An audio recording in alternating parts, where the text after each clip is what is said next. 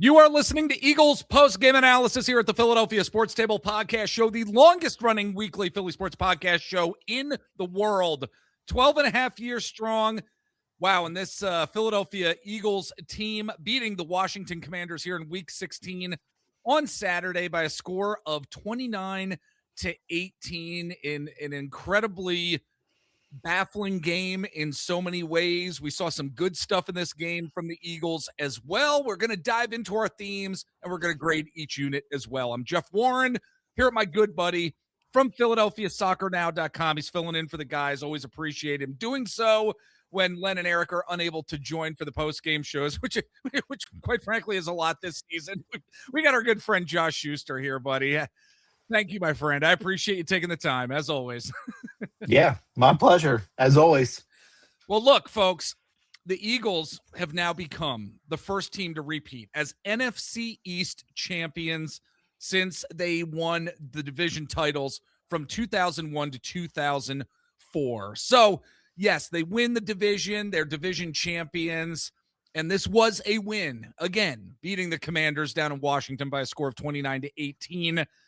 But I felt once again, as we have felt a number of times this season, Josh, that offensively it wasn't the most convincing win. So I'd like to start off by talking about one word, or if we have one word to describe this Eagles offense today, because it was truly, for me, baffling. That's my one word. This Eagles offense was baffling. I feel like after last week, after they played an incredibly surgical type of game against an inferior team like the Las Vegas Raiders, and they should have beat the Raiders, and they did. They did everything they needed to last week. In Week 15, this week I feel like there was regression. There was so many baffling things going on from an offensive standpoint.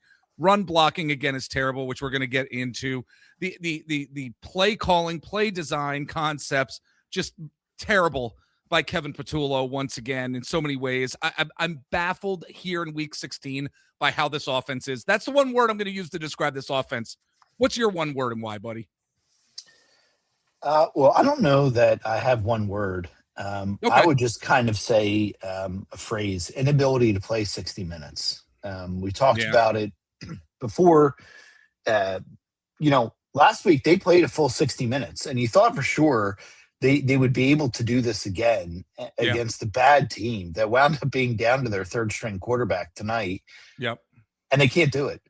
Jeff, I just looked it up. The Eagles have been able to score 30 or more points 4 times this season. It's 2025. I don't feel like asking the team to average, I don't know, 30 points is crazy. Right. They're not anywhere near that. Yeah. Jake Elliott missed some field goals tonight, which we'll get into later. Yeah, and that would have put him over 30. Right. But again, you're talking about that would make it 5 times that this team, and some of these include defensive touchdowns. So whether you give the points tonight to make it, over 30 points, then there's 1 or 2 games this season where you're taking points off and they haven't hit that 30 point mark. So, with the number of games that they've played, they've won 10 games, and in half of them they've been able to score 30 points. It's just, and I say it over and over again, I'm harsher on the offense because that's where the money is invested. Right. And we were talking before the game started. This is a prime example of where the score kind of tells a lie, right? Sometimes stats lie. Like, I will use Dak Prescott as an example of this. His game last week, he throws for almost 300 yards.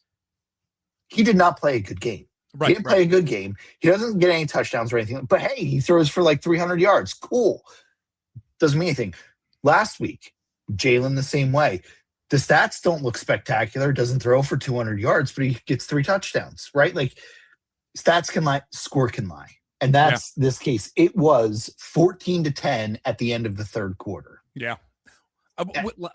Look, last week when we had our good friend Matt Rogers on doing the post-game show, one of the first things I said in terms of, because we wanted to see a change with the offense last week, some sort of change we wanted to see. And we saw a lot of it. And the first thing, and again, it was something simple, was the fact that we didn't see Tyler Steen slapping the back of Cam Jurgens to snap the ball. And I said that was just so welcoming to not see that, because you're not notifying the defense when the ball is going to be snapped. And it amazed me how we saw the complete opposite. They just went back to it. Whenever the offense was in shotgun or pistol, Tyler Steen was giving Cam Jurgens that slap on the back to snap the ball. I don't know why they got back to doing this and notifying the defense when the ball was being snapped. And as a result, too, you're failing to execute, especially in the first half when they absolutely could not get out from under themselves. I mean, they went into halftime losing 10-7. Yes, I know they ended up winning at the end of the day, but you needed some sort of momentum from this offense. They didn't get it. And quite frankly, and I may go off a little bit here, Josh, okay? So, and it may go in a couple different directions, but the team desperately needs Lane Johnson back. And yes, he's probably not going to be 100%, but they cannot get him back soon enough. Run blocking is just absolutely terrible at this point. Fred Johnson with a holding call on that touchdown pass in the third quarter, just terrible. Landon Dickerson with a ton of penalties. This Eagles offense penalized most in the NFL all season. But then how about that Saquon Barkley touchdown run? How about that touchdown run? It goes to show that he is absolutely not cooked. And it's so bizarre how it doesn't even feel like he is over 1,000 yards this season, because he needed 60 yards in this game to top 1,000 yards for the fifth time in his career, and he absolutely did it. And again, like these long runs in this game, they weren't because the offensive line was blocking well. It was because of his particular skill. This offensive line just is not capable of effective run blocking at this point. And I do wonder, I just want to throw this out there. It's not necessarily how I'm feeling, but I do wonder if it's time to be officially concerned about Landon Dickerson and about Cam Jurgens long-term here.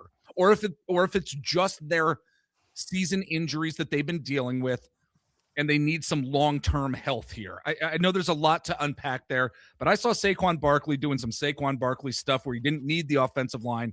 He was able to produce in this game because of his skill in spite of the offensive line. But this team needs Lane Johnson back in a big way. I know I threw a lot out there. I don't know if you have any thoughts here. Yeah, so I'm going to tackle each of your points here, pun intended. So first, with the slapping, I brought up the fact with you. It's because they're on the road. If you go and you watch, this is what happens. Last week they're at home. It's quiet. They don't need to do it.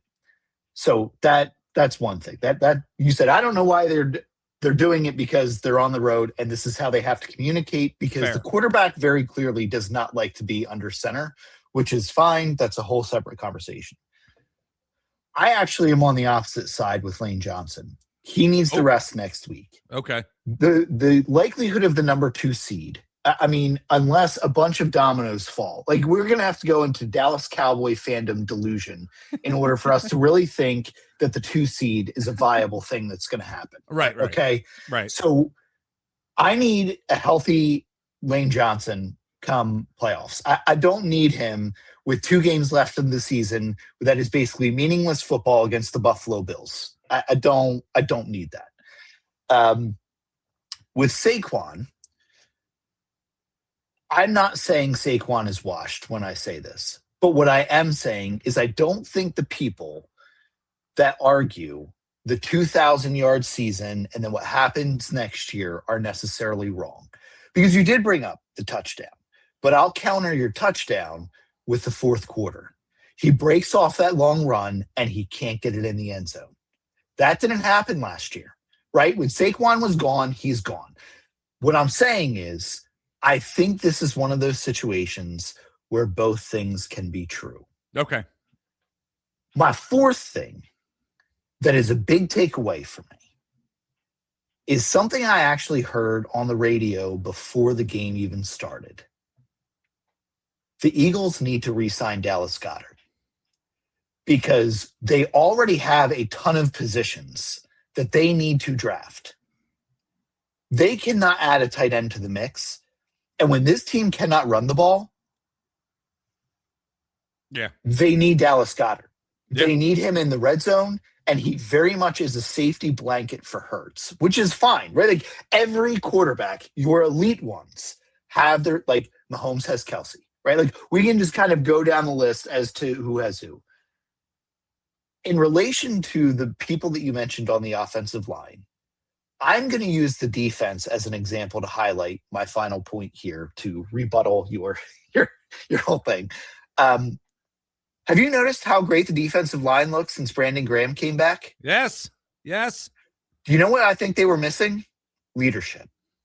The problem, I think, for this offense is you have 3 players who are Super Bowl winning players playing on this line, and they're trying to figure out who is going to be the leader. There's really no one since Jason Kelsey left that's been able to do that. I think that Juergens is a little afraid because Hurts is supposed to be the one that's diagnosing the defense. The problem is that was what Jason Kelsey did. If you go back and watch Jason Kelsey was the quarterback when it came to diagnosing the defense. Oh, yeah. And all Hurts had to do was just listen to whatever he was saying. Yeah. That's gone. And I don't know, for as many strengths, and we can get into all the strengths Jalen Hurts has, right? Normally I'm wearing my Hurts jersey, right? Like one strength of his that he does, or one thing that is not a strength of his that has been shown for a little while now, is his ability to read the defense. It's just not there. It's fine. Whatever, his athleticism makes up for it. I think they're missing leadership. And I'm not saying we need to pull Jason Kelsey out of retirement. Right. But Right. I'm using Brandon Graham on the defense. Like, that's the only thing that's changed. Right. They played bad teams before this stretch. It's just that they have a voice in the locker room. Yeah.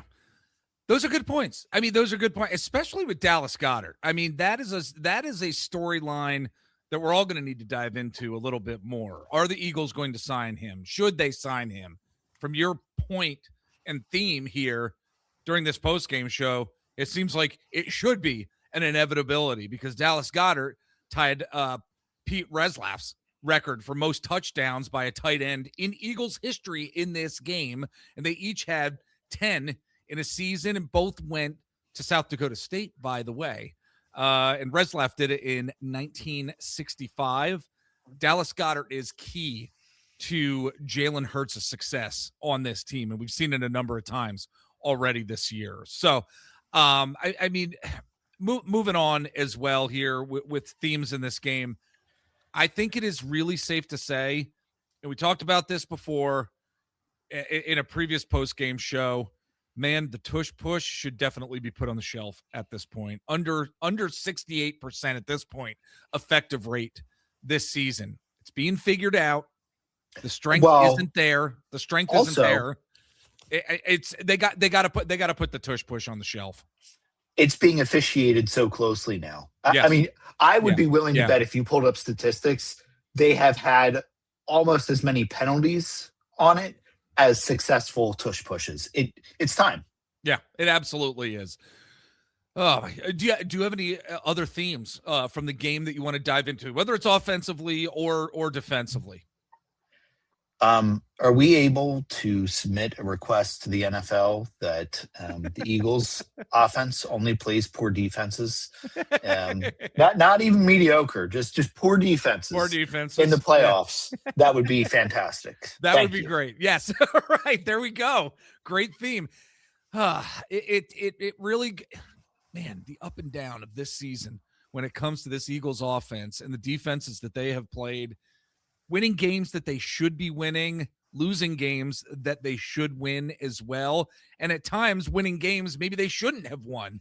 It really is incredible watching this team. And I do want to say too, it was a little disappointing to see that scrum and fight at the end of the game too. Our friend of the pod, Ed Kratz, said in a tweet that he never saw Tyler Steen that angry before. Before his ejection that came in the fourth quarter after that fight broke out with a couple other Washington Commanders players. Javon Kinlaw was one of them, I believe. He said something really upset him, and normally he's a very mild-mannered player. they are going to come across. But it just goes to show that these type of divisional games are so important, so critical. This Washington Commanders team coming into this game was 4-10. They're not a good team.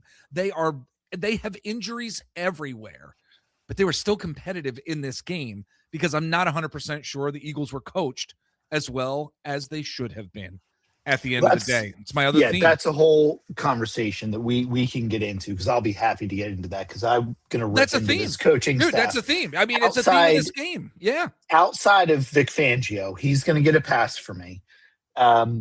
The two other things I just quickly want to mention is we haven't talked about special teams. If the Eagles lost this game, for as much time as we spent talking about the offense, the special teams would have cost them this game. Absolutely. I want to make that abundantly clear. The second thing is the Cowboys season is now officially over. So we can just, we need to make sure that we mention that for all of the complaining that we've done. It's a good feeling. Yes. We could be Dallas, that literally traded a first and a second round pick to not make the playoffs. Long live Jerry. Oh, keep living, Jerry. Keep living. That's what we need from you, buddy. Just keep living. Special teams, you mentioned. We got to dive into the details of it more. You have Will Shipley fumbling on the opening kickoff of the game. And then subsequently later on in the game, he didn't know where he was on another kick return when he was in the end zone in the second quarter that put the Eagles offense in pretty terrible field position. And we saw a 38-yard punt from Braden Mann when the Eagles were somewhat deep in their own territory in the fourth quarter. Not good, not optimal, but really biggest issue that's been on this team is Jake Elliott missing a 43-yarder in the second quarter. At that point, he missed 4 field goals in the last 5 games. Then he missed a 57-yarder that ended up not mattering because of Commander's penalty right there during that kick right before the half. And then he tried to kick one a few minutes right after that, missed that 52-yarder right before the half. He is a liability. So he has technically missed, what is it now, six field goals in the last 5 games. He's a liability. Jake Elliott, it's sad to say, man, he's a liability here. Just for the record, he is the 34th ranked kicker this year, Oof. Meaning that they could put no one out there and they would still be better, because there's only 32 teams that play in the NFL. The ghost of David Akers that could play, even though David's still alive. Still, can we bring him out? Oh, I'd love it. See? I'd love it. See how that leg is doing. Really, special teams were terrible this week. I can't wait to get to our grades. I think we know what it's going to be for sure. But look, we have to talk about this defense too. You mentioned Brandon Graham. Now with 3 sacks in the past 2 games, the leadership you mentioned that he is bringing to this defense, they're playing great. They really are playing great. I mean, Nakobe Dean has been so fantastic to watch for the majority of this season when he's been on the field, but he went out in the first quarter with a hamstring injury. Jihad Campbell came in, and it really is because he played well, in my opinion. From what I saw, It is a luxury to have a backup in Jihad Campbell to take over for a guy like Nakobe Dean when Nakobe is injured. As a rookie, he was not missing a beat at all. And the pressure that was getting in onto Marcus Mariota and then Josh Johnson subsequently, the defense really was, I think, playing on all cylinders. 90 yards rushing by the Commanders in this game, 138 yards receiving. And yes, I know a lot of that, not a lot, but Josh Johnson threw 9 passes, completed 5 for 43 yards. And Marcus Mariota, his completion percentage was 50%. He was 7 of 14. This defense is playing very, very well. Quinyon Mitchell still, I think, as dominant as he is, and I think as dominant as football fans know that he is one of the most underrated players in this entire league. Cooper DeJean having a great game as well. This defense is, I think the defense is playing on all cylinders. Yeah, and I think we can use the defense, not to bring him back to the offense, but when you see the offense playing a bad team, outside of the Raiders, I mean, there's a number of times this year that I've been on where we talk about that they're playing a bad defense, right? Like, This isn't anything new. And a lot of the times we're on here talking about the fact that it's pulling teeth to try to move the ball down the field. The opposite's true of the defense. I mean, 3 of the points today came because of a fumbled kickoff. Yeah. Right? They held them to a field goal when they were basically inside the red zone to start. 8 of the other points, so 11 of the points tonight. The other one, it was basically backups. You got Keely Ringo giving up a pass interference at the end of the game to put him at the 3. Right? Yep. Like, you got backups in. So really, they didn't really give up many points, right? They gave up maybe 7, right? The defense, just when they are playing a bad offense, it's lights out. Yep, absolutely. All right, buddy. Well, I think why don't we go to break here? Unless you have anything else you want to dive into before we get to the grades. What do you think? Oh, I'm going to spend a little while when we get to the offensive coordinator and the special teams. All right, I can tell you that much right now. Folks, that's a threat. That is a threat from our friend, Mr. Schuster. That's a threat. And it's a threat when we're going to be going to break here. First and foremost, if you're watching on YouTube, like and subscribe to us here at the PST Podcast Show. We would greatly appreciate that. Share our podcast on YouTube with your friends and family, Eagles fans and Philly sports fans as well. We're on various social sites as well. Just search out the Philadelphia Sports Table, and you can follow us on various social sites there. All right. Going to take a break, and when we get back, we're going to get into our grades. We're grading each unit as we do on our post-game show. Stick with us. All right, we're back with our good buddy Josh Schuster from PhiladelphiaSoccerNow.com. PhiladelphiaSoccerNow.com. If you're into watching and following the Philadelphia Union, they do a lot of great stuff over there. They're recently writing about how the Union let go of some pretty good talent right after this season. Dear Lord, Len and I got into it on our regular show this past week, but my goodness, Josh, I know this is Eagles post-game show, but what the heck? It's really upsetting. I don't know how Pittsburgh Pirates fans do it. I know. I just year after year after year after year. Yeah. If you aren't watching on YouTube, this is my I'm dead inside face. Yeah. It's just I get selling high, I do, but it's every year. They take their best player and they're sold. Don't buy any uniform, numbers or names from the Union, because you'll enjoy them for a season or two, and then it's done. So either get Sebastian Latou, who's in the Ring of Honor, or Alejandro Bedoya, who will be in the Ring of Honor. Just stick with those two, or Andre Blake. You can go with 3. Yes. Stick with them, and that's it, because everybody else is gone. Fantastic suggestions about the Philadelphia Union MLS soccer team here in Philly, who is consistently disappointing, even though they had a pretty damn good season. Anyway, all right, let's talk about grades here with this Eagles team as they beat the Commanders this week and clinch the NFC East Division title here in 2025. Quarterback Jalen Hurts, what are we going to grade him? He was 22 of 30 for 185 yards, averaged 6.2 yards per attempt, 2 touchdowns on the day, ended with a rating of 111.1. Jalen Hurts this week, I'm going to give actually a B-.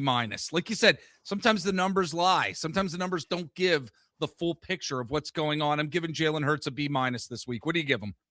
Yeah, I'd say the same. He had an interception taken off the board, and I don't necessarily mind the interception and where it was located. In fact, I thought the defender should have knocked it down because they would have had the ball way back instead of inside the 5. But it's the throwing into double coverage. It's just one of the big frustrations over the last couple of weeks is it is very clear that they are trying to get A.J. Brown the ball. Yeah. And when they are forcing A.J. Brown the ball, once again, the offense is like pulling teeth, and A.J. Brown has the most targets, and it's not particularly close. It just is going hand in hand. And I'm not saying the Eagles are better without him, because he's a very good player. It's just when they feel like they have to force him the ball, I know this is wide receivers, but I'm getting to my point. It really impacts Hurts' decision-making. And that's really what he's good at, is decision-making. Yeah. Generally taking care of the ball, which has been a problem outside of last week. It really has become a problem. He had an interception taken off the board tonight. He fumbled the ball that he luckily picked back up and was able to hold on to it. But this is a repetitive pattern of fumbles and repetitive pattern of interceptions. So I say B- because he did have a couple of just miraculous throws tonight that I'm looking at. the touchdown to Goddard, prime example. Yeah. I don't know that another quarterback can necessarily make that. On the run, perfect pinpoint accuracy, and it's like, wow, look at this. So I would say B-. I feel like there are times there is no gray with him. It's black and white. It's either like there is a bad play or there is one of the most miraculous things that you are going to see in your life from an NFL quarterback. It's amazing how that's working. So yeah, and I've gone on here a lot this year and given Jalen an A or an A+. But watching tonight, it was not an A or an A+. There were A+ moments and there were F moments, and I'll go with a B-.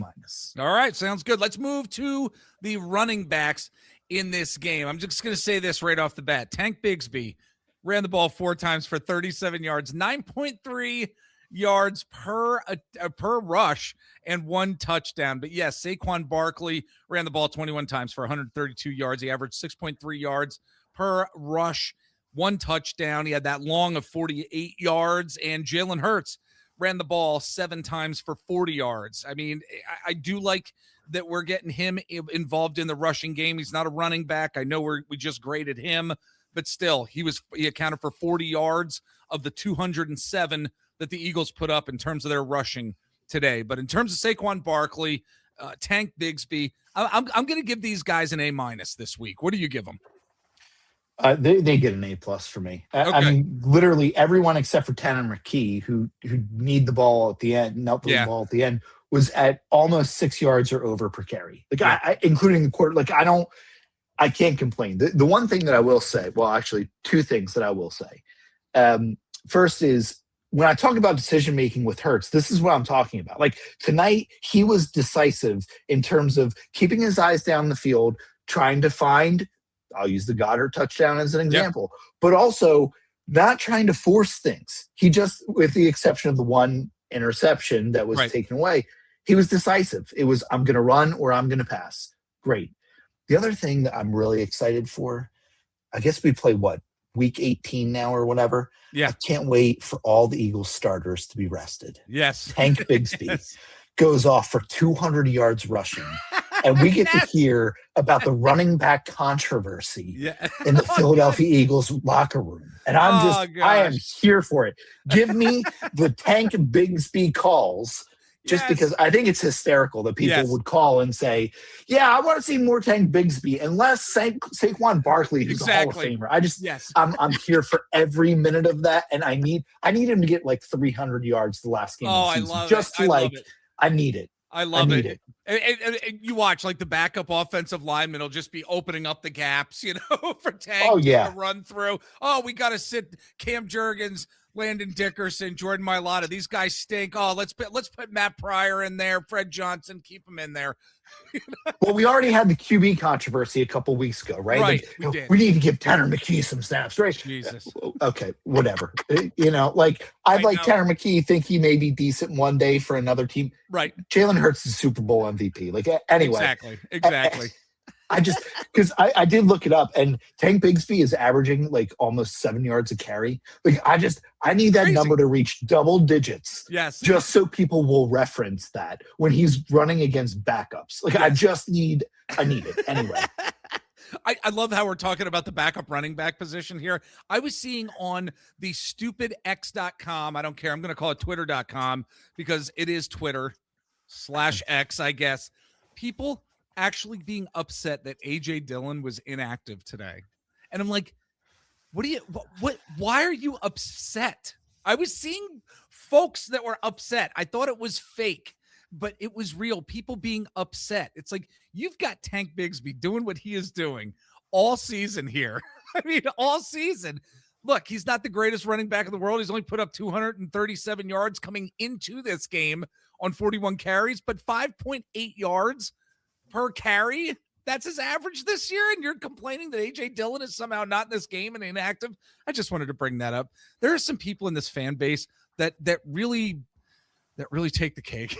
They really do. Yep.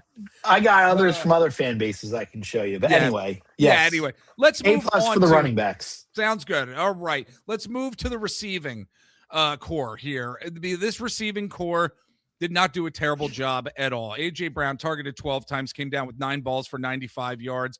Devontae Smith targeted 8 times, came down with 6 balls for 42 yards and a touchdown. He averaged 7 yards per reception. Dallas Goedert was targeted 3 times, caught all 3 balls. That safety net that Josh talked about earlier before the break, we're seeing that with Dallas Goedert in terms of that Jalen Hurts safety net. 3 receptions, only 32 yards, but 1 touchdown, that amazing touchdown catch.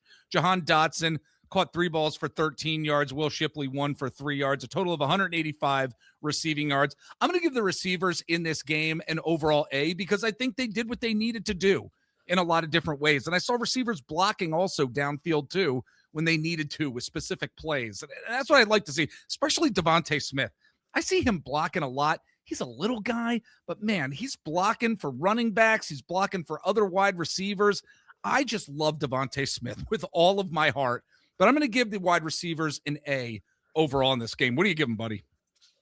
I'm going to give him a B plus. Okay. There's just too many drops. Like I just, I'm hard on this team because I believe they're a Super Bowl contender. Yeah. Yeah. And so I'm not going to treat you the same that I would treat the Commanders, right? Like I would, if I were doing grades for the Commanders, I would be far easier than what I'm giving now. But to me, like the mental mistakes, the penalties and the drops and the turnovers, those are things you can control. And all 3 are key when you're making a playoff run. I can't keep seeing drops. Okay. Even like Devontae Smith is dropping the ball. AJ Brown's dropping the ball. Like I'm paying you a lot of money. I need you to make the plays. I think you're being a little hard. I don't know why on this one. I think you're being hard for some reason on this one. There were drops for sure. I mean, AJ had a drop. I think it was in the first quarter. It was really good coverage. You know what I mean? Like it was really good coverage. And I will actually give the Commanders the defense and the defenders some credit for how they were covering him. And there were other times when he made absolutely miraculous catches, both Devontae and AJ. I don't know. I think you might be being a little hard on him, but I respect the grade. I do.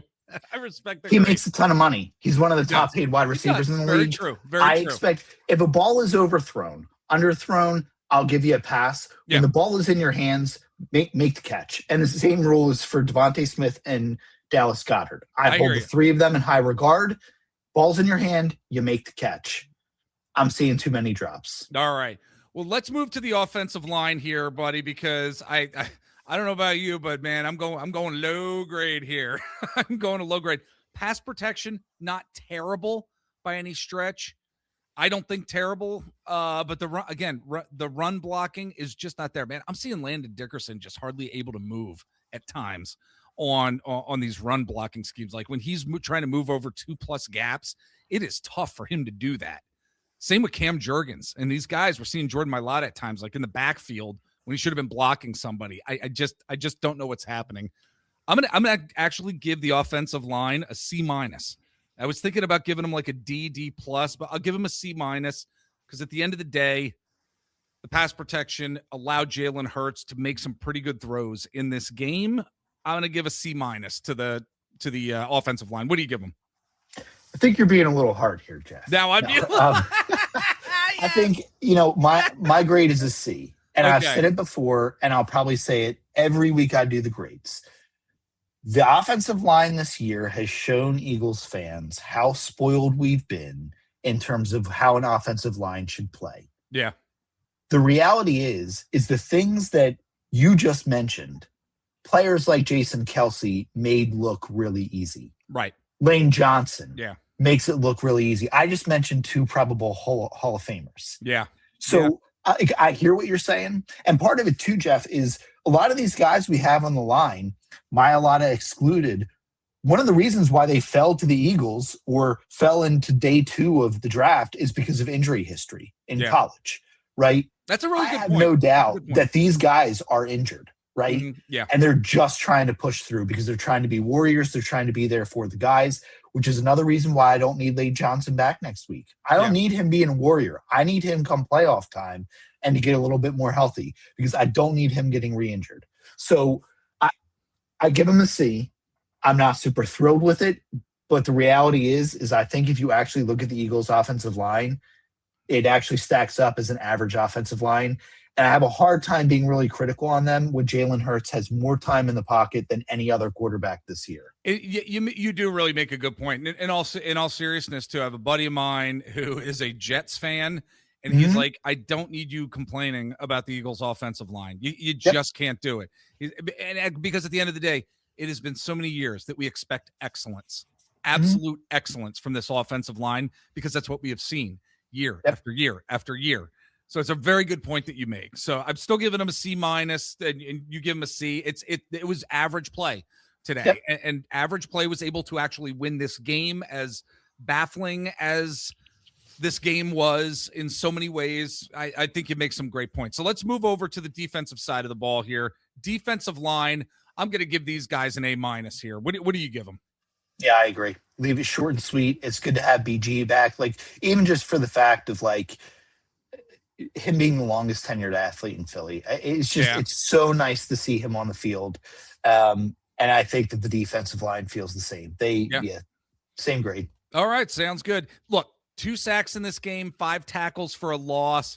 There were 4 quarterback hits, like not necessarily the greatest in terms of the box score, but you felt this team giving pressure to the quarterback, just getting through those gaps as well on the Washington offensive line. So again, this is one of those games where the box score is just not going to give you the entire picture of what happened in this game. When you look at Zach Bond, you look at Jihad Campbell, and even Nakobe Dean before he left the game with a hamstring injury, this linebacker core playing again at a very, very high level. I'm going to give the linebackers an A this week. What do you give them? They get an A from me this week. And I want to take a minute here. I want you to talk about Jihad Campbell, because I get a little frustrated when I hear people complain about him or say that he hasn't been that great this year.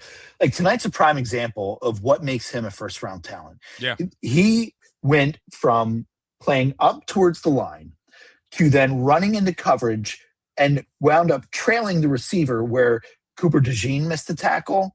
I forget who else missed the tackle, but Jihad Campbell's the one that finally brought the receiver down. Reed Blankenship. Reed Blankenship. Yep. Right. And both those guys are sure tacklers. Yeah. But both of them missed tackles on the same play, which is that doesn't happen. Crazy. It doesn't happen. Yeah. But Jihad Campbell never gave up on the play, is fast enough and quick enough to keep up with a receiver. Deebo Samuel, again, huge South Carolina fan. Yeah. Deebo Samuel is one of my all-time favorite players in college football history. He's fast. Even at his age, he's still fast. Campbell's able to keep up with him, track him down, and make the tackle. It's crazy that the Eagles have enough linebacker depth that their first-round pick is sitting on the bench. It's just, I never thought we would ever get to the point where we're drafting linebackers in the first round, and we have other ones so good, he's on the bench. It's just crazy. It is. It's crazy. Look, the secondary, I think, had a pretty darn good game as well. When you take a look at the Washington receivers, 138 total yards. Yeah, and a lot of that were, we saw some dinks and dunks from Marcus Mariota and, of course, from Josh Johnson when he came in as well. You also had Cooper DeJean with an interception in this game. I'm really happy with where this secondary is right now at this point, heading into the latter part of this regular season as we look to the playoffs. I'm going to give them an A this week. What do you give them? I give them an A with an asterisk. Just because on that opening drive for Washington, I think it was Cooper DeJean definitely was holding on to the wide receiver's arm, and there was no flag. Yes. So, if that had happened and it was an Eagles receiver, we would have been losing our minds. Absolutely. So, I'll give him an A with a little asterisk because we probably should have scored 4 more points based off of that penalty that wasn't called. But anyway. Okay. Sounds good. All right, let's get to grading the coaching here, but we're going to start off with special teams, man. F for special teams. Holy cow. It could be the first time we've given an F all season on special teams. What do you give them? So, short answer is F. Why? My 2 points here. Why is Covey not returning kicks? The return game has been dramatically different since he got back. That's my first point. My second point is, again, as a South Carolina fan, having to watch Will Shipley for freaking years destroy the team that I love. He can't seem to catch the freaking ball or know what to do. He's supposed to be good playing for a team so I can enjoy him. Will Shipley, you and I need to have a conversation. Gosh. Catch the ball and do good things in green. Anyway, Mr. Schuster is now shaking, folks. He's shaking his fist at the camera. I did not think I would ever dislike Will Shipley more than I did through years of collegiate football. And here we are. Yeah. And he's just continuing to haunt me. Anyway, I'm going to be nice. Yes, F for special teams. It is well deserved in this game. F for special teams. And Jake Elliott, by the way. Yeah. They need to bring, even just to light a fire under him, they need to try out some kickers this week. I still think they should stick with him and see how the next 2 weeks go. Yeah. And I had even told you, I wanted them to try them out to kick the field goal late in the fourth quarter, just because at this rate, his head can't get any worse. So let's try to build some confidence. Anyway. Right. All right. Vic Fangio, when we grade this defensive coaching, I mean, he's getting an A for me. I mean, it seems to be a weekly grade with Vic. He's got this defense playing on all cylinders. This is a championship level defense. It just is, in my opinion. I'm giving him an A. Yeah, again, he gets an A. Are you giving him an A? Yeah, but Jeff, the big difference this time is he's doing it mostly with kids. Yeah. He's doing it with kids and scraps that teams tossed away in Zach Bond. And yes, Zach Bond is very good, but Vic is the one that decided to put him in the position that he's in that made him good. Yeah. So like he gets an A+ from me. And most weeks that probably will be the case because this is just championship level defense. Let's not forget about Jordan Davis, who has had an incredible season. I mean, they need to hold off on signing Carter. Yeah. And sign Jordan Davis. Absolutely. 6 total tackles in this game, 2 tackles for a loss. Just he is amazing getting off these blocks and just being destructive right at the point of attack. And it's game after game after game. I'm not saying that Jalen Carter isn't a good player. Right. But Jeff, have you missed him the weeks that he's been out? The defense hasn't. Let's be real. The defense has not missed him, and hopefully he comes back in some sort of healthy manner if he can. That'd be fantastic. For the playoffs, stay out until the playoffs. But Moro Jomo is doing a pretty darn good job. He really is. He only had 3 tackles in this game, but again, the stats don't tell the whole story here. The defensive front is fantastic. Vic is doing a great job with these kids, like you said. Let's move on to Nick Sirianni. Kevin Patullo, from an offensive coaching perspective in this game, I'm going to give a straight up C here. I just, again, a lot of baffling stuff going on. I hate the fact that they were in shotgun and pistol way too much.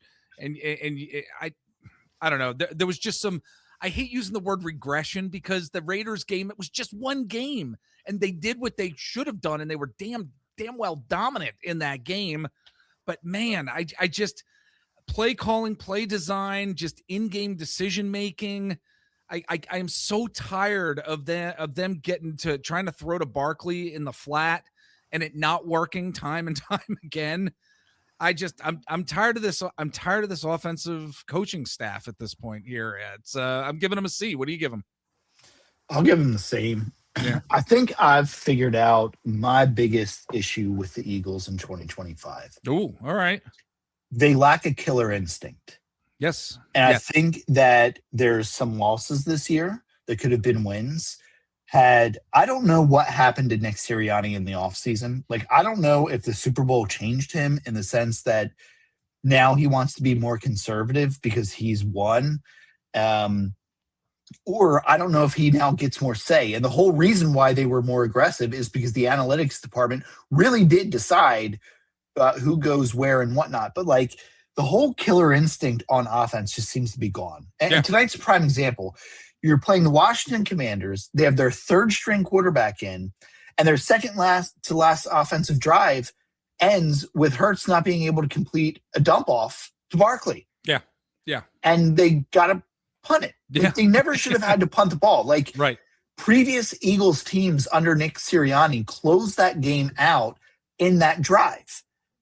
They can't do it this year. And it's not just this game, it's multiple games. Right. The other thing is just the general, just drives me insane. 3rd and 7 and less, and the routes that are drawn up, and this isn't just the Eagles, this is just offense in general. The routes are below the first down marker. Yes. You have all your options Constantly. sitting 2 yards below where they need to be. Yeah. Why? Why? Right. Especially on 3rd and 7, when the defense, they can do whatever they want within 5 yards. They can push you, they can bump you, they can do whatever they want. I don't understand. And again, it's not just an Eagles offensive court. It's just offense in 2025. It makes no sense.